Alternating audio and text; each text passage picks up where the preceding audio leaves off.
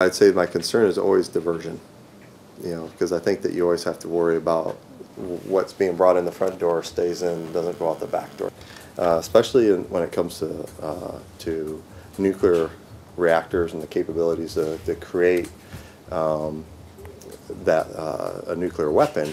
Those items, it could be simply a type of steel that is used to a lubricant, you name it. It's often not, somebody's not going to have a nuclear reactor and ship it. So you're looking at different commodities that ultimately could be put together to make that.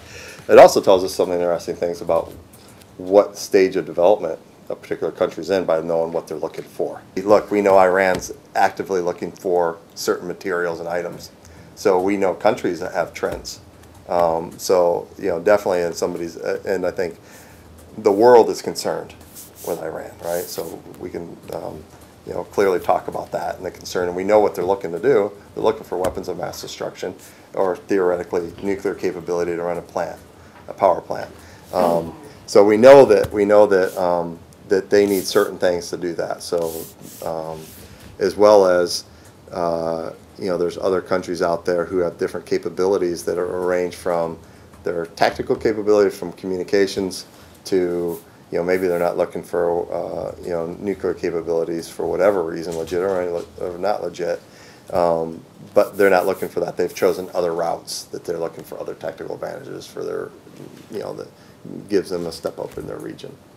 So what's interesting in the CPI environment is often you would think it would be the missile, and a lot of times it's not the missile. A lot of times it's the components to that missile that are going to be purchased piece by piece. Aircraft, that is something that many of our wars today are fought in the skies. And a lot of people may be able to illegally procure an aircraft, or maybe over years have bought them legitimately, and now they're no longer can purchase those items from the United States.